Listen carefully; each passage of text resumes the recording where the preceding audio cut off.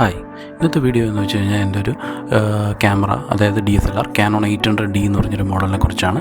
ഈ camera use ചെയ്തിട്ടാണ് ഞാൻ കുറേ ഫോട്ടോസ് എടുക്കാറുള്ളത്. ഇത് ഇനിഷ്യലി ഒരു ബിഗിനറിനെ സംബന്ധിച്ച് ഒരു നല്ലൊരു ക്യാമറയാണിത്. ഒരു ബെസ്റ്റ് ഓപ്ഷനാണ്. ഇപ്പം ഇത് ഇറങ്ങിയ സമയത്ത് one of the top end cameras ആയിരുന്നു. ഇപ്പോൾ ഇത് കുറച്ച് നാളായാലും ഫീച്ചേഴ്സ് കുറച്ച് കുറവാണ്. ഇപ്പോൾ അത് അങ്ങനെ ആരും അധികം ഇപ്പം മാനുഫാക്ചറിങ് ഇല്ല. എങ്കിലും ഇതിൻ്റെ ഒരു പെർഫോമൻസ് വൈസൊക്കെ ഇത് വളരെ ബെറ്ററാണ്. ഇത് DSLR ആണ്, മിററുള്ള ടൈപ്പാണ് ഇത് ക്യാമറ. ഇത് ഞാൻ ഒരുപാട് ഫോട്ടോസ് എടുക്കാനൊക്കെ യൂസ് ചെയ്തിട്ടുണ്ട്. പക്ഷേ ഇപ്പോൾ കറൻ്റ്ലി ഞാൻ എൻ്റെ വ്ളോഗ്സ് ഷൂട്ട് ചെയ്യാൻ വേണ്ടിയിട്ടാണ് ഇത് യൂസ് ചെയ്യുന്നത്. ഇതിന് ഒരുപാട് ഓപ്ഷൻസ് ഉണ്ട്. ഇത് ഇച്ചിരി വെയിറ്റ് ഉള്ള സാധനമാണ്, നിങ്ങൾക്ക് കാണാൻ പറ്റും. ഇച്ചിരി വെയിറ്റ് ഉണ്ട്. DSLR ക്യാമറാസ് പൊതുവെ വെയിറ്റാണ്. ലെൻസും ഇച്ചിരി വെയിറ്റുള്ള ടൈപ്പാണ്. പക്ഷേ എക്സലൻ്റായിട്ട് ഇമേജ് ക്വാളിറ്റി, നല്ല പക്ക ഇമേജ് ക്വാളിറ്റി തരും. ഇതിൻ്റെ ഒരു പ്രോബ്ലം ഞാനിപ്പം നോക്കിയിട്ട് മനസ്സിലാക്കുന്നതെന്ന് വെച്ചാൽ ഇതിൽ 4K വീഡിയോ നിങ്ങൾക്ക് ഷൂട്ട് ചെയ്യാൻ പറ്റില്ല. Only 1080 30 ഫ്രെയിംസോ 60 frames per second 1080p വരെയൊക്കെ മാക്സിമം പറ്റുള്ളൂ ഇത് ഷൂട്ട് ചെയ്യാൻ, വീഡിയോ ഷൂട്ട് ചെയ്യാൻ. സ്ലോ മോഷൻ വീഡിയോ ഇല്ല. അങ്ങനെ ചെറിയ ഇപ്പോഴത്തെ പുതിയ റീസെൻ്റ് ചില കാര്യങ്ങൾ ഇതിൽ ഇൻക്ലൂഡ് ചെയ്തിട്ടില്ല. പക്ഷേ ബാക്കിയുള്ള എല്ലാം ഉണ്ട്. വയർലെസ് ട്രാൻസ്ഫർ, ബ്ലൂടൂത്ത് ട്രാൻസ്ഫർ, പിന്നെ അങ്ങനെയുള്ള കണക്ടിവിറ്റി, വയർലെസ് കണക്ടിവിറ്റി PC-യിലേക്ക് നിങ്ങൾക്ക് ട്രാൻസ്ഫർ ചെയ്യാം, സോഫ്റ്റ്വെയർ യൂസ് ചെയ്ത് ട്രാൻസ്ഫർ ചെയ്യാം, അങ്ങനെ റിമോട്ട് ഷൂട്ടിങ്, അങ്ങനെയുള്ള ഒരുപാട് ഇമേജ് സ്റ്റെബിലൈസർ, ഒരുപാട് ഫങ്ഷൻസ് ഇതിനകത്തുണ്ട് ഓൾറെഡി. പക്ഷേ എങ്കിൽ തന്നെ ഈ പറഞ്ഞ പോലെ 4K അങ്ങനെയുള്ള ചില റീസെൻ്റ് ആയിട്ടുള്ള ടെക്നോളജീസ് ഇല്ലാത്തതുകൊണ്ട് നമുക്കത് കുറച്ചൊരു ഇതായിട്ട് ഫീൽ ചെയ്യും. അപ്പോൾ അതുകൊണ്ട് നമുക്ക് ഔട്ട്ഡോർ ഷൂട്ടിങ്ങിനും അതിനൊക്കെ ഞാനിപ്പം സോണിയിലേക്ക് ചേഞ്ച് ചെയ്തു. എങ്കിൽ തന്നെ ഞാനിത് വീട്ടിൽ ഞങ്ങൾ വ്ളോഗ്സ് ഷൂട്ട് ചെയ്യാനും യൂട്യൂബ് വീഡിയോസ് ഷൂട്ട് ചെയ്യാനും അങ്ങനെയുള്ള കാര്യങ്ങൾക്ക്, പ്രോഡക്റ്റ് ഷൂട്ടിങ്ങിന് അതിനൊക്കെ യൂസ് ചെയ്യുന്ന ഇപ്പോൾ ഈ ക്യാമറയാണ്. ഞാൻ പുറത്തൊക്കെ യൂസ് ചെയ്യരുത്. ഇതിപ്പോൾ ഇതിൽ കിറ്റ് ലെൻസാണ് വെച്ചിരിക്കുന്നത്. 18-55 എന്ന കിറ്റ് ലെൻസാണ്. കിറ്റ് ലെൻസ് ആണെങ്കിൽ തന്നെ നല്ലൊരു ക്ലാരിറ്റി ഉണ്ട്. ഇത് ഫോട്ടോ എടുക്കുന്ന സമയത്ത് ഗ്രെയിൻസ് ഒന്നും വരാതെ നല്ല ക്ലീനായിട്ട് ഇമേജസ് ഇത് പ്രൊവൈഡ് ചെയ്യും. സൈസ് ഇച്ചിരി കൂടുതലാണ്. നിങ്ങൾ ഇത് റോ ഇമേജ്, ഇതും സോണിയുടെ റോ ഇമേജായിട്ട് കമ്പയർ ചെയ്താൽ സോണിക്ക് 24 MB സൈസ് വരുമ്പോൾ ഇതിൻ്റെ സൈസ് അറൗണ്ട് 32 MB വരുന്നുണ്ട്. മാത്രമല്ല ഇത് നിങ്ങൾ പ്രോസസ്സ് ചെയ്തെടുക്കുമ്പോൾ കുറേ കൂടെ ബെറ്റർ ആയിട്ട് നിങ്ങൾക്ക് ക്ലീനായിട്ട് ഇമേജസ് കാണാൻ സാധിക്കുന്നുണ്ടെന്നാണ് കമ്പയർ ചെയ്യുമ്പോൾ എനിക്ക് മനസ്സിലാക്കിയത്. ഞാൻ സോണിയുടെ ഒരു മിറർലെസ് ആണ് ഞാൻ യൂസ് ചെയ്യുന്നത്. പക്ഷേ ഇപ്പം കറൻ്റ്ലി ഇതിലെ ഫീച്ചേഴ്സ് കുറവായതുകൊണ്ട് ഇപ്പോൾ ഇത് ഓൺലി ഇൻഡോർ ഷൂട്ടിങ്ങിന് മാത്രമാണ് യൂസ് ചെയ്യുന്നത്. നിങ്ങൾക്ക് കാണാൻ പറ്റും ഇതിലിപ്പം ഉള്ളതിൽ ലെൻസ് അറ്റാച്ച് ചെയ്തിട്ടുണ്ട്. ഇതിൻ്റെ കൂടെ കിട്ടുന്ന കിറ്റ് ലെൻസാണ്. ഇപ്പോൾ കിറ്റ് ലെൻസിൽ തന്നെ ഇപ്പോൾ 18-55 mm ആണ് ഇതിൽ അന്ന് വന്നിരുന്നത്. അപ്പോൾ ഈ ക്യാമറയിൽ നിങ്ങൾക്കൊരു ആർട്ടിക്കുലേറ്റിംഗ് സ്ക്രീനുണ്ട്, നിങ്ങൾക്ക് മറ്റേ LCD ടച്ച് സ്ക്രീനുണ്ട്, ഓപ്ഷൻസ് ഉണ്ട്. ടച്ച് സ്ക്രീൻ ത്രൂ ചെയ്യാൻ പറ്റും, അല്ലാതെ തന്നെ സെറ്റിങ്സ് ചെയ്യാൻ പറ്റും. പിന്നെ ഇതിൽ ലെൻസിൻ്റെ ലെൻസും കൂടെ അറ്റാച്ച് ചെയ്യുമ്പോൾ ക്യാമറയ്ക്ക് ഇച്ചിരി വെയിറ്റ് വരുന്നുണ്ട്. ബാറ്ററി ശകലം ഒന്ന് കുറച്ച് ഡിഗ്രേഡ് ആയിട്ടുണ്ട്. ഇത് ഫുള്ളായിട്ട് സപ്പോർട്ട് ചെയ്യുന്നില്ല, എങ്കിലും മാക്സിമം നമുക്ക് ടൈം കിട്ടുന്നുണ്ട്. ഓൾറെഡി ഇൻഡോർ ഷൂട്ടിങ്ങിന് കാര്യങ്ങൾക്കെല്ലാം പെർഫെക്റ്റാണ്. ലെൻസ് ക്ലീനാണ്. ഇതുവരെ അങ്ങനെ അതിനകത്ത് ഫംഗസോ ഒന്നും ഉണ്ടായിട്ടില്ല. ക്യാമറയെ സംബന്ധിച്ച് തന്നെയും നല്ല ഒരു അത്യാവശ്യം സോളിഡ് ക്യാമറയാണ്. ഇച്ചിരി വെയിറ്റ് ഉണ്ട് എന്നുള്ളൊരിത് അപേക്ഷിച്ച് ബാക്കി വേറെ അങ്ങനെ പറയത്തക്ക ഇഷ്യൂസൊന്നും ഞാൻ ഇതിൽ നോക്കിയിട്ട് കാണുന്നില്ല. നിങ്ങൾക്കിത് ഒരു ബിഗിനറിനെ സംബന്ധിച്ച് ഇതൊരു ബെസ്റ്റ് ക്യാമറയാണ്. കാരണം ഇപ്പം നിങ്ങൾക്കിത് മാർക്കറ്റിൽ സെക്കൻഡ് ഹാൻഡ് പ്രൈസായിട്ട് വളരെ ചീപ്പായിട്ട് കിട്ടും. നിങ്ങൾ പുതിയൊരു ക്യാമറ മേടിക്കുന്നതിൻ്റെയും ഒരു ക്വാർട്ടർ ഓഫ് ദ പ്രൈസിന് ഈ ക്യാമറ നിങ്ങൾക്ക് കിട്ടും. അപ്പോൾ നിങ്ങളൊരു ബിഗിനറാണ്, നിങ്ങൾ ഫോട്ടോഗ്രാഫി പഠിക്കുന്ന ആളാണ്, ഫ്രെയിമിംഗ് പഠിക്കുന്ന ആളാണ്, നിങ്ങൾക്ക് അങ്ങനെയാണെങ്കിൽ നിങ്ങൾ ഈ ക്യാമറ യൂസ് ചെയ്ത് കഴിഞ്ഞാൽ നിങ്ങൾക്ക് പ്രൈസ് സേവ് ചെയ്യാം. മാത്രമല്ല ഇത് വെച്ച് നിങ്ങൾ ആദ്യം ബേസിക്കലി പഠിക്കേണ്ടത് നിങ്ങൾ ഫ്രെയിമിംഗ് തന്നെയാണ്. നിങ്ങൾ ഇങ്ങനെയാണ് ഇതിൻ്റെ ISO സെറ്റിംഗ്, ISO, പിന്നെ അപ്പർച്ചർ, പിന്നെ അതേപോലെ ഇതിൻ്റെ ബാക്കി സെറ്റിങ്സ് ഉണ്ട്. ഇതിൻ്റെ ലൈറ്റ് സെറ്റിങ്സ്, എങ്ങനെയാണ് ഇത് എക്സ്പോഷർ എടുക്കേണ്ടത്, അത് പഠിച്ചു കഴിഞ്ഞാൽ തന്നെ നിങ്ങൾക്ക് ഓൾമോസ്റ്റ് ഇതിൽ നല്ലൊരു ഇമേജ് എടുക്കാൻ പറ്റും. പക്ഷേ ആദ്യമായിട്ട് വേണ്ടത് നിങ്ങൾ ഈ ഓരോ സെറ്റിങ്ങും ട്രൈ ചെയ്യുക. ഒരുപാട് ഷോട്ട്സ് എടുക്കുക എന്നുള്ളതാണ് മെയിൻ. ഒരുപാട് ഫോട്ടോസ് എടുക്കുക. നിങ്ങൾ ഇപ്പോൾ ഏത് ഫോണോ നിങ്ങളുടെ കയ്യിലുള്ള ഫോൺ കൊണ്ടായാലും മതി, അല്ല DSLR ആയാലും മതി, ഏത് വെച്ചിട്ട് ആദ്യം ഇനിഷ്യലി ചെയ്യണമെന്ന് വെച്ചാൽ നിങ്ങൾ ഒരു നല്ല ഫോട്ടോഗ്രാഫർ ആണെങ്കിൽ നിങ്ങൾ കണ്ടിന്യൂ ആയിട്ട് ഷോട്ട്സ് എടുക്കുക. ഓക്കെ, ഓരോ ഷോട്ട്സ് എടുത്ത് അതിൽ നിന്ന് ഫ്രെയിമിങ് പഠിക്കുക. പതുക്കെ ഓരോ സെറ്റിങ്സ് ചേഞ്ച് ചെയ്ത് പഠിക്കുക. ഫോണിൽ കുറേ നാൾ ഫോട്ടോ എടുത്ത് കഴിയുമ്പോൾ നിങ്ങൾക്ക് ഓട്ടോമാറ്റിക്കലി നിങ്ങൾക്ക് സ്കിൽസ് ഇമ്പ്രൂവ് ആയി വരും. പിന്നെ പതിയെ നിങ്ങൾ ISO, പിന്നെ ഇതേപോലെ ഷട്ടർ സ്പീഡ്, അതേപോലെ തന്നെ അപ്പർച്ചർ പ്രയോറിറ്റി, ഇത് മൂന്നും ചേഞ്ച് ചെയ്യാൻ പഠിക്കും പതുക്കെ. അപ്പം നിങ്ങൾക്ക് അതിൻ്റെ ഡിഫറൻസ് മനസ്സിലാവും. കാരണം വെച്ചാൽ അതിൽ ഓരോന്നും ചേഞ്ച് ചെയ്യുമ്പോൾ നിങ്ങൾ നോർമൽ ഫോണിൽ വെറുതെ ഓട്ടോമാറ്റിക് എടുക്കുന്നതിനെക്കാട്ടിയും കുറേ കൂടി ഇമ്പ്രൂവൈസ്ഡ് ആയിട്ട് ഷോട്ട്സ് കിട്ടും, കുറേ കൂടെ ബെറ്റർ ആയിട്ട് കിട്ടും. അപ്പോൾ ഫോണിൽ പക്ഷേ ലിമിറ്റഡ് ആണ്. നിങ്ങളിത് ചേഞ്ച് ചെയ്യാൻ പറ്റുന്ന ഫോൺസ് ഉണ്ട് റീസെൻ്റ്ലി, പക്ഷേ അത് ലിമിറ്റഡ് ആണ്. അപ്പം നിങ്ങൾക്ക് ചെയ്യുന്നത് വെച്ചാൽ നിങ്ങൾ ഓട്ടോമാറ്റിക്കലി അടുത്തൊരു അപ്ഗ്രേഡിങ് എന്ന നിലയിൽ ഒരു DSLRലേക്ക് സ്വിച്ച് ചെയ്യും. അപ്പോൾ DSLRൽ ചെയ്യാൻ പറ്റുന്നൊരു ബേസിക്കലി ഒരു നല്ല ക്യാമറയാണ് ഈ 800D എന്ന് പറഞ്ഞ മോഡൽ. കാരണം നിങ്ങൾക്ക് പ്രൈസ് വളരെ കുറവായിട്ട് കിട്ടും. അപ്പോൾ അതിൽ നിങ്ങൾ ഇതേപോലെ ഷട്ടർ സ്പീഡ്, പ്രയോറിറ്റി, അപ്പർച്ചറൊക്കെ ചേഞ്ച് ചെയ്ത് പഠിക്കുക. ഒരുപാട് ഫോട്ടോസ് എടുക്കുക, ഫ്രെയിമിങ് ചെയ്യുക. ഇനിഷ്യലി നിങ്ങൾ വെറുതെ JPGയിൽ ഫോട്ടോ എടുത്താലും മതി. അതിനുശേഷം പതുക്കെ കുറേ നാൾ കഴിയുമ്പോൾ നിങ്ങൾക്ക് മനസ്സിലാവും JPG ഫോർമാറ്റിൽ നിങ്ങൾക്ക് എഡിറ്റിംഗ് വളരെ കുറച്ചേ ചെയ്യാൻ പറ്റുള്ളൂ. കൂടുതൽ പോസ്റ്റ് ചെയ്യാനായിട്ട് നിങ്ങൾക്ക് ബെറ്റർ സോഫ്റ്റ്വെയർ ഒക്കെ ഉണ്ട്. അഡോബിലേക്ക് ഇട്ടിട്ട് നിങ്ങൾക്ക് പോസ്റ്റ് പ്രോസസ്സിങ് ചെയ്യണമെങ്കിൽ നിങ്ങൾക്ക് റോ ഫയൽ വേണ്ടി വരും. നിങ്ങൾ പതുക്കെ അത് അടുത്ത സ്റ്റെപ്പ് റോയിലേക്ക് കിടക്കും. പക്ഷേ ഇതിനൊക്കെ കിടക്കുന്നതിന് മുമ്പ് നിങ്ങൾ ഫസ്റ്റ് ഇനിഷ്യലി അറിഞ്ഞിരിക്കേണ്ട ഈ 3 അപ്പർച്ചർ, ഷട്ടർ സ്പീഡ്, പിന്നെ അതുപോലെ തന്നെ ISO, ഈ 3 സെറ്റിങ്സ് ട്രയാങ്കിൾ, ഒരു എക്സ്പോഷർ ട്രയാങ്കിളാണ്. ഇത് സെറ്റ് ചെയ്യുന്ന രീതി പഠിക്കുക. ഇപ്പോൾ എൻ്റെ ഈ ക്യാമറ നിങ്ങൾ നോക്കിക്കഴിഞ്ഞാൽ ഇതിൽ ആർട്ടിക്കുലേറ്റിംഗ് ടച്ച് സ്ക്രീനാണ്. നിങ്ങൾക്ക് ആ സ്ക്രീൻ എങ്ങോട്ട് വേണം വയ്ക്കും. വ്ളോഗിങ്ങിന് ഭയങ്കര ഹെൽപ്ഫുള്ളാണ്. ഇപ്പോൾ നിങ്ങൾ നോക്കിക്കഴിഞ്ഞാൽ അത് നിങ്ങളുടെ നേരെ ആ സ്ക്രീൻ ഒരു 180 ഡിഗ്രീസിൽ ടേൺ ചെയ്ത് വെച്ച് കഴിഞ്ഞാൽ നിങ്ങൾ വ്ളോഗ് ചെയ്യുന്ന സമയത്ത് നിങ്ങൾക്ക് അതിൽ ലൈവായിട്ട് സ്ക്രീൻ കാണാൻ പറ്റും. അത് ഇതിൻ്റെ ഈ ക്യാമറയുടെ മെയിൻ ഒരു അഡ്വാൻറ്റേജാണ്.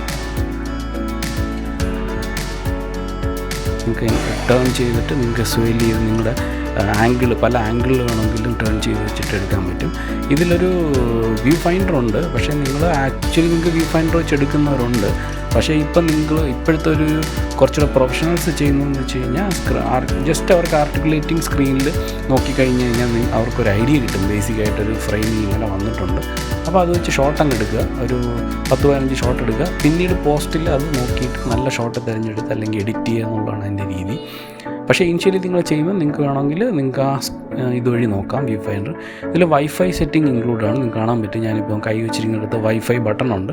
അത് പ്രസ് ചെയ്ത് കഴിഞ്ഞാൽ നിങ്ങൾക്ക് ഡയറക്റ്റ് PC ആയിട്ട് വൈഫൈയിലേക്ക് കണക്ട് ചെയ്യാം. നിങ്ങൾക്ക് ഇമേജസ് അങ്ങോട്ടും ഇങ്ങോട്ടും ട്രാൻസ്ഫർ ചെയ്തെടുക്കാൻ പറ്റും എളുപ്പം. വയറിൻ്റെ ആവശ്യമില്ലാതെ തന്നെ വയർലെസ് ആയിട്ട് ട്രാൻസ്ഫർ ചെയ്യാൻ പറ്റും. അത് ഈ ക്യാമറയുടെ ഒരു അഡ്വാൻറ്റേജാണ്. പിന്നീട് ഇതിൽ കുറേ ബട്ടൺസ് ഉണ്ട്. അതെല്ലാം തന്നെ ഓരോ സെറ്റിങ്സാണ്. ഞാനത് ഡീറ്റെയിൽ ആയിട്ട് പറയുന്നില്ല. നിങ്ങൾക്കത് യൂസ് ചെയ്യുന്ന സമയത്ത് മനസ്സിലാവും. പിന്നെ അതിൽ നിങ്ങൾക്ക് പ്രിവ്യൂ ബട്ടണുണ്ട്. അത് പ്രസ് ചെയ്ത് കഴിഞ്ഞാൽ നിങ്ങൾക്ക് ഇമേജസ് കാണാൻ പറ്റും എടുത്തത്. സൂം ഇൻ സൂം ഔട്ട് ബട്ടണുണ്ട്. പിന്നെ ഇത് നിങ്ങൾക്ക് സ്വിച്ച് ഓവർ ചെയ്യാനായിട്ടാണ്. നിങ്ങളുടെ വ്യൂ ഫൈൻഡറും പിന്നെ അതുപോലെ സ്ക്രീനും തമ്മിൽ സ്വിച്ച് ഓവർ ചെയ്യാനായിട്ടാണ് ആ ബട്ടൺ കൊടുത്തിരിക്കുന്നത്. പക്ഷേ നിങ്ങൾക്ക് വ്യൂ ഫൈൻഡർ വെച്ച് ഇനിഷ്യലി ഫോട്ടോസ് എടുക്കുക. അതിനുശേഷം നിങ്ങൾ പതുക്കെ നിങ്ങൾ ആ ആർട്ടിക്കുലേറ്റിംഗ് സ്ക്രീനിലേക്ക് മാറും ഓട്ടോമാറ്റിക്കായിട്ട്. നിങ്ങൾക്കൊരു ഐഡിയ വന്നു കഴിഞ്ഞാൽ ഒരു മിഡ് വേസ്റ്റ് ഫോട്ടോഗ്രാഫി എടുക്കുന്ന സമയത്ത് നിങ്ങൾക്ക് പിന്നീട് അതിൻ്റെ ആവശ്യം വരില്ല.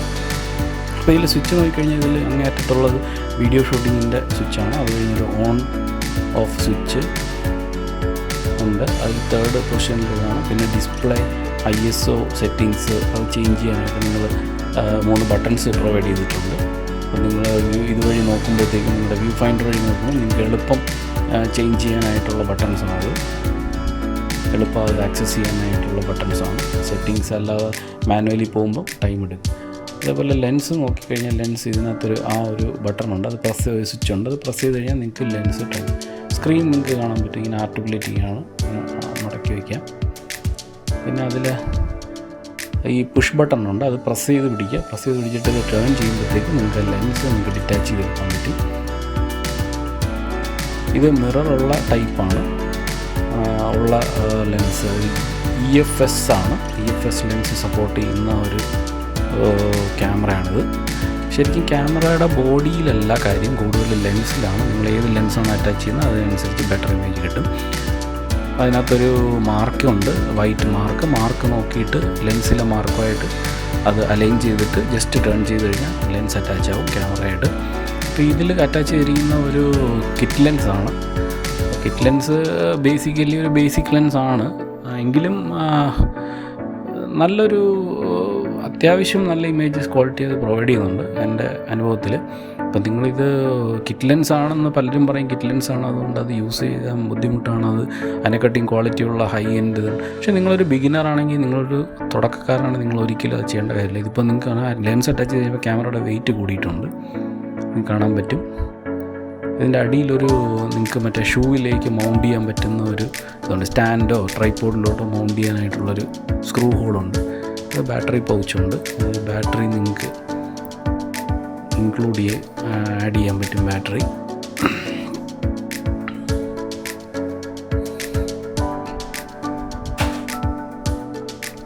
അതുപോലെ എൻ്റെ സൈഡിലായിട്ട് SD കാർഡ് സ്ലോട്ടുണ്ട്. അത് ഓപ്പൺ ചെയ്ത് കഴിഞ്ഞാൽ അതിനകത്ത് SD കാർഡ് നിങ്ങൾക്ക് കിട്ടും. അപ്പോൾ ഇത് ഓപ്പൺ ചെയ്ത് കഴിഞ്ഞാൽ അതിനകത്ത് ഈ കാർഡ് സ്ലോട്ടിനകത്ത് ഒരു SD കാർഡ് നിങ്ങൾക്ക് ആഡ് ചെയ്യാൻ പറ്റും. ഇപ്പോൾ ഞാൻ ഇട്ടിരിക്കുന്ന സാൻഡിസ്കിൻ്റെ 64 GB SD കാർഡാണ്.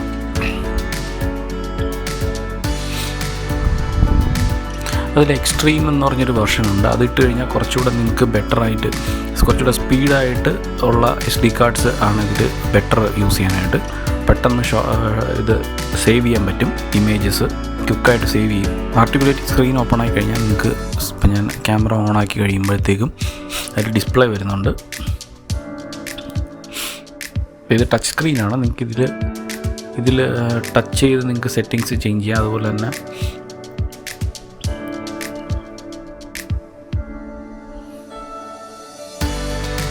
ഇതിലേക്ക് ഷിഫ്റ്റ് ചെയ്യാൻ പറ്റും. നിങ്ങളുടെ വ്യൂവർ ഇത് ഐദർ ഏതെങ്കിലും ഒരെണ്ണത്തിലേക്ക് ഷിഫ്റ്റ് ചെയ്യാം.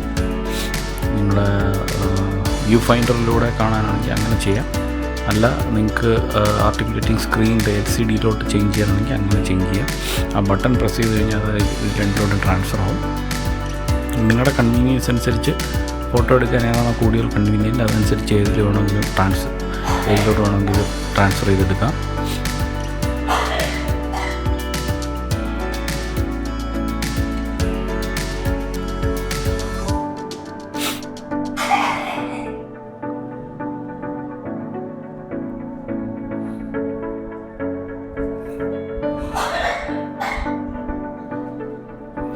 ഇതിൻ്റെ ബ്രൈറ്റ്നെസ്സൊക്കെ നിങ്ങൾക്ക് അഡ്ജസ്റ്റ് ചെയ്യാൻ പറ്റും. സ്ക്രീനിൻ്റെ ബ്രൈറ്റ്നെസ്, അതുപോലെ തന്നെ എടുക്കുന്ന ഷോട്ടിൻ്റെ ബ്രൈറ്റ്നെസ്, അതിലൊക്കെ നിങ്ങൾ ഓരോ പ്രയോറിറ്റി മോഡ് യൂസ് ചെയ്യുന്നതനുസരിച്ച് നിങ്ങൾക്ക് അതിൽ മാനുവലാണോ അല്ലെങ്കിൽ P ആണോ M ആണോ, അതിൽ ഓരോ സെറ്റിങ്സ് ഉണ്ട്. അത് ചേഞ്ച് ചെയ്യുന്നതനുസരിച്ച് പ്രൊഫഷണൽ ഫോട്ടോഗ്രാഫേഴ്സിന് അറിയാൻ പറ്റും. അതിൻ്റെ മാനുവൽ കിട്ടും. അപ്പോൾ നിങ്ങൾ ആദ്യം യൂസ് ചെയ്യുന്ന സമയത്ത് തന്നെ മാനുവൽ ഒന്ന് വായിച്ച് പഠിക്കുക. അപ്പോൾ അതിൻ്റെ ബേസിക്കായിട്ട് അതിനകത്തുള്ള കാര്യങ്ങൾ മനസ്സിലാവും. എങ്ങനെയാണ് അതിൻ്റെ കൺട്രോൾസൊക്കെ വളരെ സിമ്പിളാണ്. ടച്ച് സ്ക്രീൻ ആയതുകൊണ്ട് തന്നെ നിങ്ങൾക്ക് അത് യൂസ് ചെയ്യാൻ പറ്റും. എങ്കിൽ തന്നെയും നിങ്ങൾ ഇത് പല ക്യാമറാസിനും പല സെറ്റപ്പാണ്. ക്യാനോണിന് ഡിഫറൻ്റാണ്, അതേപോലെ തന്നെ സോണിക്ക് വ്യത്യാസമുണ്ട്. അപ്പോൾ അതുകൊണ്ട് ക്യാനൺ യൂസ് ചെയ്യുന്ന സമയത്ത് ബേസിക്കലി ഫസ്റ്റ് ഇനിഷ്യലി അതിൻ്റെ കൂടെയുള്ള ബുക്ക്ലെറ്റ് എടുത്തിട്ട് അതിൽ എന്താണ് ഇൻസ്ട്രക്ഷൻ മാനുവലിൽ കൊടുത്തിരിക്കുന്ന സെറ്റിങ്സ് ഒന്ന് ജസ്റ്റ് ഒന്ന് ബേസിക്കായിട്ട് നോക്കി പഠിക്കുക. ഏതൊക്കെ സ്വിച്ച് എന്തൊക്കെയാണ് യൂസ് ചെയ്യുന്നത്, അല്ലെങ്കിൽ നിങ്ങൾ മാനുവലായിട്ട് ഫോട്ടോ എടുത്തും ഓരോന്നായിട്ടും ചെക്ക് ചെയ്യുക. വളരെ സിമ്പിൾ കൺട്രോൾസാണ്. അത്ര ഡിഫിക്കൽട്ടായിട്ടുള്ള ഒരു കൺട്രോളൊന്നും അല്ല സിസ്റ്റം സോണിയെ അപേക്ഷിച്ച്. ഇതിൻ്റെ കൺട്രോൾസ് സിമ്പിളാണ്.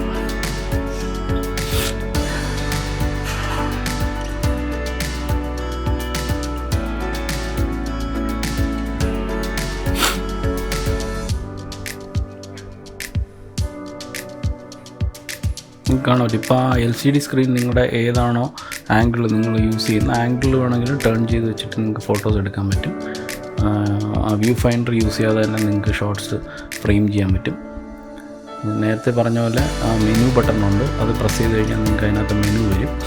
മെനുവിനകത്ത് പല ഓപ്ഷൻസ് ഉണ്ട്. ഇമേജസിൻ്റെ ക്വാളിറ്റി, അതേപോലെ ഇമേജ് റിവ്യൂ, അങ്ങനെ പല ഇതുണ്ട്. പിന്നെ ഇമേജ് സൈസ്, ഇമേജ് ക്വാളിറ്റി, നിങ്ങൾക്ക് ഏത് ഹയർ ക്വാളിറ്റി വേണോ, മീഡിയം വേണോ, അതേപോലെ ലോ ക്വാളിറ്റിയിൽ എടുക്കുന്ന ഇമേജസ്, അങ്ങനെ ഓപ്ഷൻ. പ്ലസ് നിങ്ങൾക്ക് normal JPG plus additional raw file മാത്രം എടുക്കാൻ പറ്റും. At the same time raw plus JPG രണ്ടും എടുക്കാനും പറ്റും. അപ്പോൾ എങ്ങനെയാണ് നിങ്ങളുടെ ഓപ്ഷൻ? നിങ്ങൾ ഇനിഷ്യൽ സ്റ്റാർട്ട് ചെയ്യുന്ന സമയത്ത് നിങ്ങൾ JPGയിൽ എടുത്ത് പഠിക്കുക. അതിനുശേഷം ഗ്രാജ്വലി പതുക്കെ JPG പ്ലസ് റോയിലേക്ക് പോവുക. കാരണം എന്ന് വെച്ച് കഴിഞ്ഞാൽ റോ ഫയൽ എന്ന് പറയുമ്പോൾ നിങ്ങൾക്ക് അത് പ്രോസസ്സ് ചെയ്യാതെ അത് നിങ്ങൾക്ക് ബെറ്റർ ഇമേജ് കിട്ടില്ല.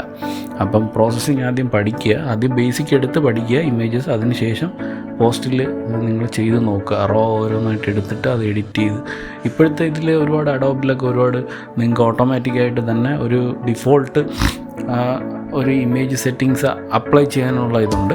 അത് ആദ്യം നിങ്ങൾ അങ്ങനെ അപ്ലൈ ചെയ്യുക. അതിനെക്കാട്ടി നിങ്ങൾ സ്വന്തമായിട്ട് ചില ഇമേജസിൽ ഡിഫോൾട്ടായിട്ട് വരുമ്പോൾ അത് നല്ലതായിരിക്കില്ല. അപ്പം നിങ്ങൾ അതിനനുസരിച്ച് നിങ്ങളതിൻ്റെ സെറ്റിങ്സ് ട്വീക്ക് ചെയ്യേണ്ടി വരും. ബ്രൈറ്റ്നസ്, എക്സ്പോഷർ എല്ലാം അഡ്ജസ്റ്റ് ചെയ്യേണ്ടി വരും, ഗ്രാഫ് അഡ്ജസ്റ്റ് ചെയ്യേണ്ടി വരും. അതൊക്കെ ഒരുപാടുണ്ട് പഠിക്കാം. അപ്പം ബേസിക്കലി നിങ്ങൾ ഇനിഷ്യലി സ്റ്റാർട്ട് ചെയ്യുന്ന ഫേസിൽ ഇത് ഡിഫിക്കൽട്ടായിട്ടുള്ളവർക്ക് ചെയ്യാൻ പറ്റുന്നതെന്ന് വെച്ച് കഴിഞ്ഞാൽ JPG മാത്രം എടുത്തിട്ട് അത് വെച്ചിട്ട് ചെറിയ എഡിറ്റിംഗ് ഒക്കെ ചെയ്ത് പഠിക്കുക. JPGയിൽ ഞാൻ പറഞ്ഞ പോലെ മാക്സിമം നിങ്ങൾക്കൊന്നും ചെയ്യാൻ പറ്റില്ല. റോ ഫയൽസാണ് നിങ്ങൾക്ക് ഡീറ്റെയിൽസ് എല്ലാം ഇൻക്ലൂഡ് ചെയ്യുന്നത്. ഒരു ഫുൾ ഡീറ്റെയിൽസ് പാക്ഡായിട്ട് വരുന്നത് റോ ഫയൽസാണ്. അപ്പം ഇനിഷ്യലി നിങ്ങളുടെ ഫോക്കസ് എന്ന് വെച്ച് കഴിഞ്ഞാൽ നിങ്ങൾ പഠിക്കേണ്ടത് അതിൻ്റെ എക്സ്പോഷർ ട്രയാങ്കിൾ പഠിക്കുക. എങ്ങനെയാണ് ഇത് എക്സ്പോഷർ ലൈറ്റ് എങ്ങനെ സെറ്റിങ്സ് എങ്ങനെ അഡ്ജസ്റ്റ് ചെയ്യണം, ഇതിൻ്റെ സ്പീഡ് എങ്ങനെ അഡ്ജസ്റ്റ് ചെയ്യണം, അതൊക്കെ പഠിക്കുക. അപ്പർച്ചർ സ്പീഡ് അതിനെക്കുറിച്ച് പഠിച്ചിട്ട് അങ്ങനെ അത് മനസ്സിലാക്കുക. സെക്കൻഡ് ഇതെന്ന് വെച്ച് കഴിഞ്ഞാൽ നിങ്ങൾ പഠിക്കേണ്ടത് ഈ ഫ്രെയിമിംഗ് ആണ്. അതായത് ഒരു സബ്ജക്റ്റിനെ ഫ്രെയിം ചെയ്യുമ്പോൾ എങ്ങനെയൊക്കെ ഫ്രെയിം ചെയ്യാം, അതിൻ്റെ കൂടെ അഡീഷണൽ 2 സബ്ജക്റ്റ് ഉണ്ടോ, ബാക്ക്ഗ്രൗണ്ട് എങ്ങനെയായിരിക്കണം, ക്ലിയർ ആയിരിക്കണോ, അല്ലെങ്കിൽ കൂടുതൽ ഡിസ്റ്റോർഷൻസ് ഇല്ലാതെ എങ്ങനെ എടുക്കാം, ബാക്കിൽ ഡിസ്റ്റർബൻസ് ഉണ്ടോ, ആൾക്കാരുണ്ടോ, അവരെങ്ങനെ ഒഴിവാക്കാം, അല്ലെങ്കിൽ എങ്ങനെ ആ ഫ്രെയിമിനകത്ത് മാക്സിമം നിങ്ങൾ വൈഡായിട്ടാണോ ഷോട്ട് എടുക്കാൻ ഉദ്ദേശിക്കുന്നത്, അതോ ഇത് ഒരു എന്താ പറയുന്നത് ഫോക്കസ്ഡ് ആയിട്ട് സൂം ചെയ്ത ഇമേജാണോ, അങ്ങനെ ഒരുപാട് പല തരത്തിലുള്ള ഷോട്ട്സ് ഒരുപാട് എടുത്തിട്ട് ഒരുപാട് എടുത്ത ഷോട്ടോസ് എടുക്കുന്ന സമയത്ത് നിങ്ങൾക്ക് അതൊക്കെ അതിൻ്റെ ഒരു പഠിക്കാൻ പറ്റും. ഇപ്പോൾ ഇത് നോക്കിക്കഴിഞ്ഞാൽ ഇതിൽ വയർലെസ് ഫെസിലിറ്റി ഉണ്ട്. നിങ്ങൾ ക്യാമറ നോക്കിക്കഴിഞ്ഞാൽ നിങ്ങൾക്ക് ഓപ്ഷൻസ് കിട്ടും. കമ്പ്യൂട്ടറിലേക്ക് ട്രാൻസ്ഫർ ചെയ്യാം, അതുപോലെ തന്നെ നിങ്ങൾക്ക് ഫോണിലേക്ക് ട്രാൻസ്ഫർ ചെയ്യാം, ഓൺലൈൻ ട്രാൻസ്ഫർ ചെയ്യാം, പ്രിൻ്റ് ചെയ്യാം ഡയറക്റ്റ്. അങ്ങനെയുള്ള ഒരുപാട് ഓപ്ഷൻസ് ഇതിനകത്ത് തന്നെ അവൈലബിൾ ആണ്. നിങ്ങൾക്ക് കാണാൻ പറ്റും കണക്ട് ടു സ്മാർട്ട് ഫോൺ.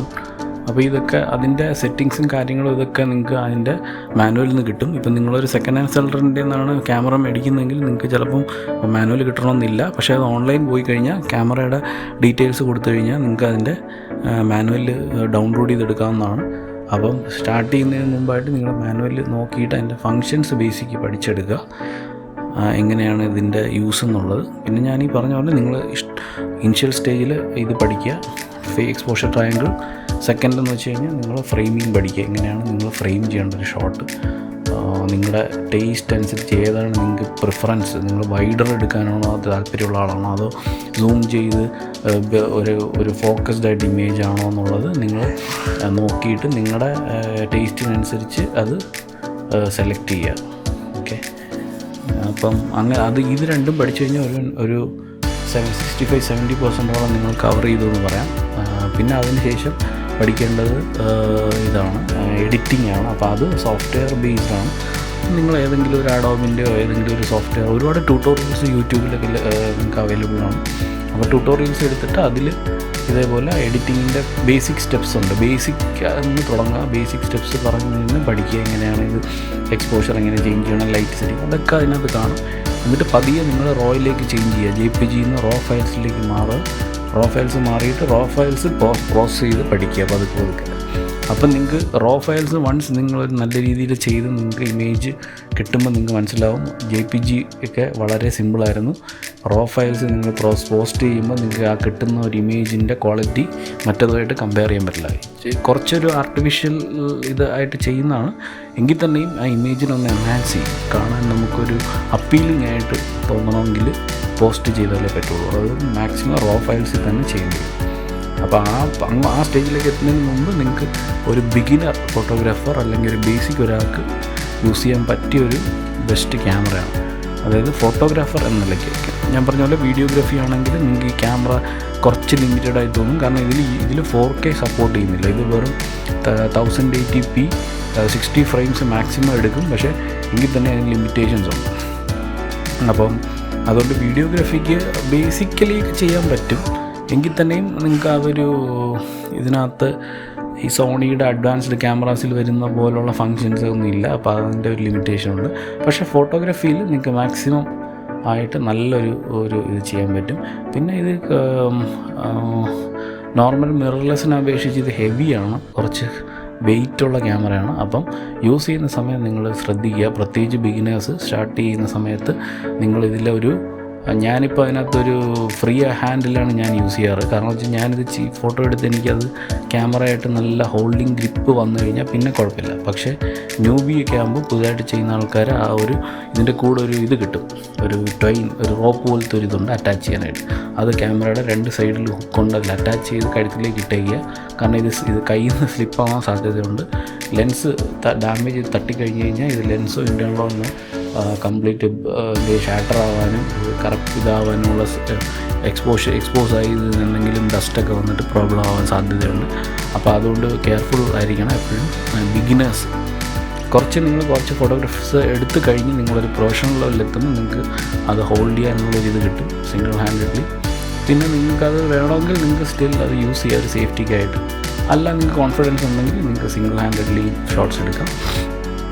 ഇപ്പോൾ ഈ പറഞ്ഞ പോലെ ഇതിനകത്തുള്ള ഫങ്ഷൻസ് കുറച്ച് ലിമിറ്റഡ് ആണ്. പക്ഷേ ഒരു ബിഗിനറിനെ സംബന്ധിച്ച് വളരെ ഒരു ബെറ്റർ ഒരു ഓപ്ഷനാണ്. പ്ലസ് ഇത് നമ്മുടെ വ്ളോഗിങ്ങിനും പിന്നെ യൂട്യൂബ് വീഡിയോസ് എടുക്കാനും ഒരു ബെറ്റർ ക്യാമറ. ഇതിൻ്റെ ബോഡിയൊക്കെ നല്ല പ്ലാസ്റ്റിക് ഫിനിഷാണ്, നിങ്ങൾക്ക് കാണാൻ പറ്റും. പക്ഷേ ഒരു പ്രീമിയം ഫിനിഷും പിന്നെ കൈ വയ്ക്കുന്ന സ്ഥലങ്ങളൊക്കെ നല്ല ഗ്രിപ്പ് പ്രൊവൈഡ് ചെയ്യുന്നതും അങ്ങനെയുള്ളതാണ്. ഇപ്പം മിറർലെസ് ക്യാമറാസ് ആകുമ്പോൾ വെയ്റ്റ്ലെസ് ആണ്, അതിൽ കുറച്ച് സ്ലിപ്പറി ആവാൻ സാധ്യതയുണ്ട്. ഇതേപോലെ സിംഗിൾ ഹാൻഡഡ് വെയിറ്റ് ഉണ്ടെങ്കിൽ കുറച്ചുകൂടെ സ്റ്റേബിൾ ആയിരിക്കും ക്യാമറ. അപ്പോൾ ഷോട്ട്സ് എടുക്കുമ്പോൾ നിങ്ങൾക്ക് പെട്ടെന്ന് ഷെയ്ക്കൊന്നും വരില്ല, കുറച്ചുകൂടെ ഒരു ഇത് കിട്ടും, അതേ ഒരു പ്രോപ്പർ ഗ്രിപ്പ് കിട്ടും. അതേസമയം മിറർലെസ് ഞാൻ നോക്കിയപ്പോൾ എനിക്ക് അതിൽ അഡീഷണൽ ഒരു ഫ്രെയിം ആഡ് ചെയ്യേണ്ടി വരും, എങ്കിൽ അതിനൊരു നമുക്ക് പ്രോപ്പർ ഗ്രിപ്പ് ചെയ്യാനും ഇച്ചിരി ഒരു വെയിറ്റ് ഫീൽ ചെയ്യും. ഇതിൻ്റെ ഷോട്ട്സ് കുറച്ചുകൂടെ നമുക്ക് സ്മൂത്തായിട്ട് എടുക്കാൻ പറ്റും. അല്ലാത്തപ്പം കംഫർട്ടബിളായിട്ട് ഇത് DSLR ആകുമ്പോഴത്തേക്കും കംഫർട്ടബിളായിട്ട് എടുക്കാം. പക്ഷേ നിങ്ങൾ ഈ പറഞ്ഞ പോലെ സിംഗിൾ ഹാൻഡഡ് നിങ്ങൾ കംഫർട്ടബിൾ അല്ല എന്നുണ്ടെങ്കിൽ ഇനിഷ്യലി ബോത്ത് ഹാൻഡ് യൂസ് ചെയ്യുക. 2 ഹാൻഡ് യൂസ് ചെയ്ത് ഒരു ഹാൻഡ് വെച്ച് ഹോൾഡ് ചെയ്യുക, മറ്റേ ഹാൻഡ് വെച്ചിട്ട് ഷോട്ട്സ് എടുക്കുക, അങ്ങനെ ട്രൈ ചെയ്യുക. ഗ്രാജ്വലി എടുത്ത് വരുമ്പോൾ നിങ്ങൾക്ക് ഓട്ടോമാറ്റിക് ആ ഒരു ഗ്രിപ്പ് ഓക്കെ ആണെന്ന് ഫീൽ ചെയ്താൽ പതുക്കെ സിംഗിൾ ഹാൻഡഡിലേക്ക് പോവുക ഷോട്ട്സ്. കാരണം അത് പലർക്കും പല ഇതായിരിക്കും. ചിലർക്ക് പെട്ടെന്ന് കൈ ഇങ്ങനെ ഷെയ്ക്ക് ആവുന്ന ആൾക്കാരുണ്ട്, അല്ലെങ്കിൽ നമ്മൾ കുറേ പ്രാക്ടീസ് ചെയ്ത് കഴിയുമ്പോൾ ഓൾമോസ്റ്റ് ഇതൊക്കെ ഷെയ്ക്കൊക്കെ പോകും. പിന്നെ ഇതിൽ തന്നെ ഇമേജ് സ്റ്റെബിലൈസേഷൻ ഉണ്ട് ലെൻസിൽ, എല്ലാ ലെൻസിലും ഇല്ല. ഇപ്പോൾ കിറ്റ് ലെൻസിൽ ഇമേജ് സ്റ്റെബിലൈസേഷൻ അവൈലബിൾ ആണ്, ക്യാമറയിലില്ല. ചില ലെൻസുകളിൽ അവർ പ്രൊവൈഡ് ചെയ്യുന്നുണ്ട്. സ്റ്റെബിലൈസേഷൻ ഉള്ള ലെൻസാണ് ബെറ്റർ. കാരണം അത് ഇമേജ് എടുക്കുന്ന സമയം ചെറിയ മൈനർ ഷെയ്ക്സ് അത് വീഡിയോസൊക്കെ എടുക്കുമ്പോൾ അത് നെഗ്ലക്റ്റ് ചെയ്ത് അത് പോവും. അപ്പം നിങ്ങൾക്ക് കുറച്ചുകൂടെ സ്റ്റേബിളായിട്ടുള്ളൊരു ഷോട്ട് കിട്ടും. അല്ലാത്ത ഇതൊക്കെ ആകുമ്പോഴത്തേക്കും നിങ്ങൾക്ക് അതിലൊരു ഷെയ്ക്ക് വരാൻ ചാൻസ് ഉണ്ട്. അപ്പോൾ ഇമേജ് സ്റ്റെബിലൈസേഷൻ ഉള്ള ലെൻസുകളാണ് കുറച്ചുകൂടെ മറ്റേതിനെക്കാട്ടി കുറച്ചുകൂടെ നല്ല ബെറ്റർ എന്ന് പറയാം. അപ്പോൾ ഈ ക്യാമറയെ സംബന്ധിച്ച് ഞാൻ പറഞ്ഞ പോലെ ബിഗിനേഴ്സിനാണ് ഈ ക്യാമറയുടെ മെയിൻ യൂസ്. കാരണം ഇപ്പോൾ ഇത് ഔട്ട്ഡേറ്റഡായി, ഈ ക്യാമറ ഇപ്പോൾ ആരും അങ്ങനെ മാനുഫാക്ചറിങ്ങിലില്ല, ഇത് ഔട്ട്ഡേറ്റഡായി, ഇതാരും യൂസ് ചെയ്യുന്നില്ല ഇപ്പോൾ പുറത്ത്. പക്ഷേ നിങ്ങൾക്കൊരു റീസെല്ലറിൻ്റെ നിന്ന് വളരെ ചീപ്പായിട്ട് കിട്ടും, ഒരു ക്വാർട്ടർ പ്രൈസിൽ മേടിച്ചിട്ട് ഈ പറഞ്ഞ പോലെ നിങ്ങൾ ഫ്രെയിംസ് എടുത്ത് ഷോർട്സ് എടുത്ത് പഠിക്കുക, അതിന് മെമ്മറി കാർഡ് യൂസ് ചെയ്യുക. അത്യാവശ്യം ഒരു ബിഗിനറിനെ സംബന്ധിച്ചൊരു ബെസ്റ്റ് ക്യാമറയാണിത് 800D എന്ന് പറഞ്ഞത്. പ്ലസ് ഇതിൻ്റെ ഈ ആർട്ടിക്കുലേറ്റിംഗ് സ്ക്രീൻ ഉള്ളതുകൊണ്ട് നിങ്ങൾക്ക് അതും ഒരു കുറച്ച് ഹെൽപ്ഫുള്ളായിട്ട് വരും. ഇൻ അഡീഷൻ നിങ്ങൾ വ്ളോഗിങ് ചെയ്യണമെങ്കിൽ എക്സ്ട്രാ ക്യാമറയൊന്നും സെലക്ട് ചെയ്യണം. ഇതിൻ്റെ മുകളിലൊരു ഷൂ ഉണ്ട്, അതിൽ വേണമെങ്കിൽ നിങ്ങൾക്ക് ലൈറ്റ് അഡീഷണൽ അറ്റാച്ച് ചെയ്യാം. അതൊക്കെ അഡ്വാൻസ്ഡ് ലെവലിൽ പോകുമ്പോൾ നിങ്ങൾക്ക് ചെയ്യാൻ പറ്റുന്ന കാര്യങ്ങളാണ്. ഇൻ കേസ് നിങ്ങൾക്കൊരു മൈക്രോഫോണാണ് ആഡ് ചെയ്യുന്നതെങ്കിൽ മൈക്രോഫോൺ ആഡ് ചെയ്ത് കഴിഞ്ഞാൽ അതിൽ പോർട്ടുണ്ട് ഇൻ്റേണൽ, അതിലേക്ക് നിങ്ങൾക്ക് മൈക്രോഫോണിൻ്റെ ഇത് പ്ലഗ് ഇൻ ചെയ്ത് കൊടുത്തു കഴിഞ്ഞാൽ നിങ്ങൾക്ക് മൈക്രോഫോൺ വഴിയുള്ള സൗണ്ട് റെക്കോർഡ് ചെയ്യാൻ പറ്റും. അതുപോലെ അതിൽ HDMI പോർട്ട് അങ്ങനെയുള്ള അഡീഷണൽ പോർട്ട്സ് അവൈലബിൾ ആണ് ഈ ഫോണിൽ. പോർട്ട് യൂസ് ചെയ്ത് നിങ്ങൾക്കിത് ചെയ്യാൻ പറ്റും. പിന്നീട് ക്യാമറയുടെ കാര്യം പറയുകയാണെങ്കിൽ നിങ്ങളുടെ ആ സ്വിച്ചസൊക്കെ വളരെ എഫക്റ്റീവാണ്. നിങ്ങൾക്ക് പെട്ടെന്ന് ഒരു ഷോട്ട്സ് എടുക്കാനായിട്ട് ഹെൽപ്ഫുള്ളാണ്. നോബായാലും ടേണിങ് നോബായാലും അതിൽ ബാക്കിയുള്ള ഫങ്ഷൻസ് ആയാലും എല്ലാം നിങ്ങൾക്ക് ഒരു പെട്ടെന്ന് ആക്സസിബിളായിട്ടുള്ള സ്വിച്ചസും ഇതൊക്കെയാണ്. അപ്പം ഒരുപാട് നിങ്ങൾക്ക് ഒരു ഡിഫിക്കൽട്ടി പ്രൊവൈഡ് ചെയ്യാതെ ഒരു ബിഗിനറെ സംബന്ധിച്ച് പെട്ടെന്ന് ഫോട്ടോസ് എടുക്കാനും സെറ്റിങ്സ് പഠിക്കാനും പറ്റുന്ന ഒരു ടൈപ്പ് ഓഫ് സെറ്റിങ്സാണ് അവർ ഇതിനകത്ത് ഇൻക്ലൂഡ് ചെയ്തിരിക്കുന്നത്, ഡയലിലാണെങ്കിൽ തന്നെയും. അപ്പോൾ ആദ്യമായിട്ട് നിങ്ങൾ ചെയ്യുന്ന സമയത്ത് ഇത് പഠിക്കുമ്പോഴത്തേക്ക് ആദ്യം അതിൻ്റെ മാനുവൽ ഒന്ന് വായിച്ച് പഠിക്കുക. വായിച്ച് അതിൻ്റെ സെറ്റിങ്സ് മനസ്സിലാക്കിയതിന് ശേഷം മാത്രം ഇത് സ്റ്റാർട്ട് ചെയ്ത് നോക്കുക.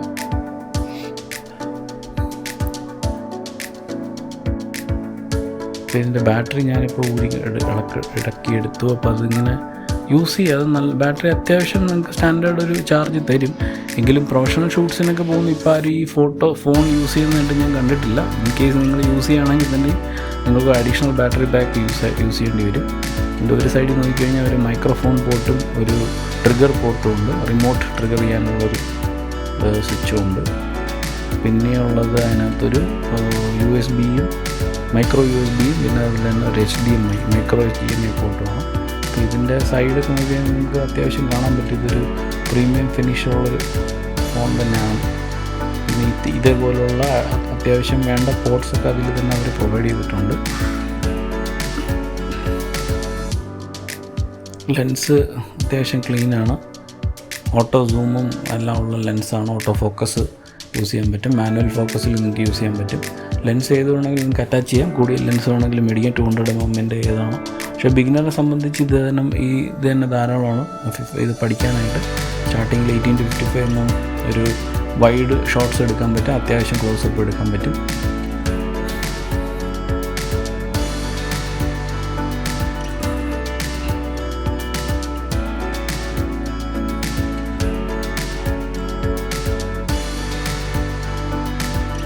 ഫ്ലാഷ് ഇൻബിൽട്ട് ഒരു ഫ്ലാഷ് ഇതിലുണ്ട്.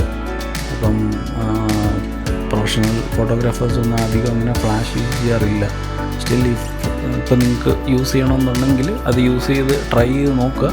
നിങ്ങൾക്ക് ഫോട്ടോസ് എങ്ങനെയായിരിക്കും എന്ന് അതിൻ്റെ ഒരു ഫോട്ടോഗ്രാഫിയുടെ ബേസിക്സ് പഠിക്കുന്ന സമയത്ത് നിങ്ങൾക്കത് ട്രൈ ചെയ്ത് നോക്കാവുന്നതാണ്.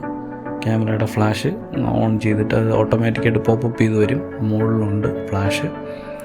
പിന്നീട് ക്യാമറയുടെ സെറ്റിങ്സും ബാക്കിയെല്ലാം അതിൻ്റെ വെബ്സൈറ്റിൽ ഇതിൻ്റെ ഡൗൺലോഡിങ് സോഫ്റ്റ്വെയർസും എല്ലാം അവൈലബിളാണ്. അപ്പം അതുപോലെ തന്നെ ആപ്പ് സ്റ്റോറിലുണ്ട് ക്യാനൻ്റെ. അപ്പോൾ അത് നിങ്ങൾക്ക് ഡൗൺലോഡ് ചെയ്തെടുക്കാം. എന്നിട്ട് അത് ത്രൂ നിങ്ങൾക്ക് ഫങ്ഷൻസ് യൂസ് ചെയ്യാം. ഇതിൽ റിമോട്ട് ഓപ്പറേഷൻസ് ചെയ്യാൻ പറ്റും. നിങ്ങൾ അത് റിമോട്ട് ഷൂട്ടിങ് ലൈവായിട്ട് ഷൂട്ട് ചെയ്യാൻ പറ്റും. പിന്നെ റിമോട്ട് ഇമേജസ് എടുക്കാൻ പറ്റും. അങ്ങനെയുള്ള ഒരുപാട് ഫങ്ഷൻസ് ഇതിനകത്ത് അവൈലബിളാണ്. ചില മോഡൽസ് വെബ് ക്യാം സപ്പോർട്ട് ചെയ്യുന്നുണ്ട്. ഇത് സപ്പോർട്ട് ചെയ്യുമെന്ന് എനിക്കറിയില്ല. അത് വെബ്സൈറ്റിൽ നോക്കിയാലേ അറിയാൻ പറ്റുള്ളൂ. ബേസിക്കലി ഇതൊരു നല്ലൊരു ക്യാമറയാണ്. ബിഗിനേഴ്സിനെ സംബന്ധിച്ച് ബിഗിനേഴ്സിനെ സംബന്ധിച്ച് കോസ്റ്റ് വൈസ് നോക്കിക്കഴിഞ്ഞാൽ നമുക്ക് വളരെ യൂസ്ഫുള്ളാണ്. പഠിക്കുന്ന ഫോട്ടോഗ്രാഫി സ്റ്റാർട്ട് ചെയ്യുന്നവർക്ക് ഞാൻ പറഞ്ഞ പോലെ വീഡിയോഗ്രാഫി എടുക്കുന്ന സമയം ഇതിൻ്റെ ലിമിറ്റേഷൻസ് നിങ്ങൾക്ക് അഫക്റ്റ് ചെയ്യും. സ്റ്റാർട്ടിങ് ബിഗിനേഴ്സിനെ സംബന്ധിച്ച് 1080p ഓക്കെയാണ്. എസ്പെഷ്യലി നിങ്ങൾ യൂട്യൂബിൽ അപ്ലോഡ് ചെയ്യാനോ വ്ളോഗിങ് ചെയ്യാനോ ഒക്കെ ആണെങ്കിൽ 1080p 60 frames/second ധാരാളമാണ്. എൻ്റെ കുറച്ച് സാമ്പിൾ ഷോർട്സ് ഞാൻ ഇതിൽ ആഡ് ചെയ്തിട്ടുണ്ട്. ഞാൻ എടുത്തത് ഒറിജിനലായിട്ടുള്ള ഫോട്ടോസും പിന്നെ അതിൽ എഡിറ്റ് ചെയ്ത ഫോട്ടോസും. അപ്പം നിങ്ങൾക്കത് ഇതെല്ലാം ഈ 800D ഇത് കിറ്റ് ലെൻസ് വെച്ചെടുത്ത ഫോട്ടോസാണ്.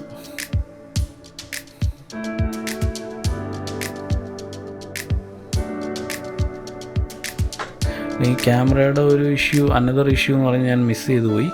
ഇത് വെതർ പ്രൂഫ് അല്ല ഇതിൻ്റെ ബോഡി. അപ്പം നിങ്ങൾ മഴയത്തും അങ്ങനെയുള്ള സമയത്തൊക്കെ പോയി ഫോട്ടോ എടുക്കുമ്പോൾ ശ്രദ്ധിക്കുക. ലെൻസും ക്യാമറയും വെതർ പ്രൂഫ് അല്ല എന്നുള്ള കാര്യം പ്രത്യേകം ശ്രദ്ധിക്കുക. എക്സ്ട്രീം ക്ലൈമാറ്റിക് കണ്ടീഷൻ, വെള്ളം, ഹ്യൂമിഡിറ്റി ഒക്കെ ഉള്ള സ്ഥലത്ത് യൂസ് ചെയ്യുമ്പോൾ ഇത് ഡസ്റ്റ് അകത്ത് പോകാൻ സാധ്യതയുണ്ട്. അതുപോലെ തന്നെ മഴയത്ത് യൂസ് ചെയ്യുമ്പോഴും ഇത് വെതർ പ്രൂഫ് അല്ല, വാട്ടർ പ്രൂഫ് അല്ല എന്ന കാര്യം പ്രത്യേകം ശ്രദ്ധിക്കുക. കാരണം ഇത് അങ്ങനെ വെള്ളം പോയി കഴിഞ്ഞാൽ ഇത് ഫംഗസ് പിടിക്കാനും ഇൻറ്റേർണൽ കമ്പൗണ്ട്സ് ഡാമേജ് ആകാനുള്ള ചാൻസ് ഉണ്ട്. പക്ഷേ നോർമൽ റെയിനിലൊക്കെ ഞാൻ യൂസ് ചെയ്യാറുണ്ട്. എനിക്കിതുവരെ അങ്ങനെ ഒരു ഇഷ്യൂ ഒന്നും വന്നിട്ടില്ല. പക്ഷേ ആസ് പെർ മാനുഫാക്ചർ ഇതൊരു വെതർ സീൽഡ് ക്യാമറ അല്ല എന്ന കാര്യം കൂടെ നിങ്ങൾക്ക് പറഞ്ഞുതരാം. അപ്പം ബേസിക് ഫോട്ടോഗ്രാഫേഴ്സിന് അതാണ് ഞാൻ പറഞ്ഞത്, അവർക്ക് ഒരു പഠിക്കാനായിട്ട് സ്റ്റാർട്ടിങ്ങിന് ഒരു വൺ ഓഫ് ദ ബെസ്റ്റ് ക്യാമറയാണിത്. Canon 800D. നിങ്ങൾക്കൊരു വളരെ തുച്ഛമായ ഒരു എമൗണ്ട് ബാർഗെയിൻ പ്രൈസിൽ നിങ്ങൾക്ക് തേർഡ് പാർട്ടി സെല്ലേഴ്സിൽ നിന്ന് മേടിച്ചിട്ട് ഇഷ്ടംപോലെ ഫോട്ടോസ് എടുക്കുക, ഫ്രെയിം ചെയ്യുക, പലതരത്തിൽ ഫോട്ടോസ് എടുത്ത് പഠിക്കുക. അതിനുശേഷം ഇത് പതുക്കെ നിങ്ങൾ ഒരു പ്രൊഫഷണൽ ഫോട്ടോഗ്രാഫി ലെവലിലേക്ക് വരും. അപ്പോൾ ഇതൊരു ബേസിക് ഒരു ക്യാമറ ഇൻട്രൊഡക്ഷൻ നിലയ്ക്ക് പറഞ്ഞതാണ്. അതിൻ്റെ കൂടെ തന്നെ ഞാൻ ഇത്രയും നാൾ യൂസ് ചെയ്തിരുന്ന ക്യാമറയും ഞാൻ പഠിച്ച കുറച്ച് വഴികളും ഫ്രെയിമിങ്ങും ഞാൻ എങ്ങനെ കുറച്ചുകൂടെ പ്രൊഫഷണലൈസ് ആയെന്ന് പറഞ്ഞതാണ്. വീഡിയോ ഇഷ്ടപ്പെട്ടെങ്കിൽ ലൈക്ക് ചെയ്യുക, കമൻറ്റ് ചെയ്യുക, സബ്സ്ക്രൈബ് ചെയ്യുക. എന്തെങ്കിലും കമൻറ്റ്സ് ഉണ്ടെങ്കിൽ കമൻറ്റ് സെക്ഷനിൽ എഴുതുക. ഞാൻ അതിനുള്ള റിപ്ലൈ തരുന്നതായിരിക്കും. Thank you.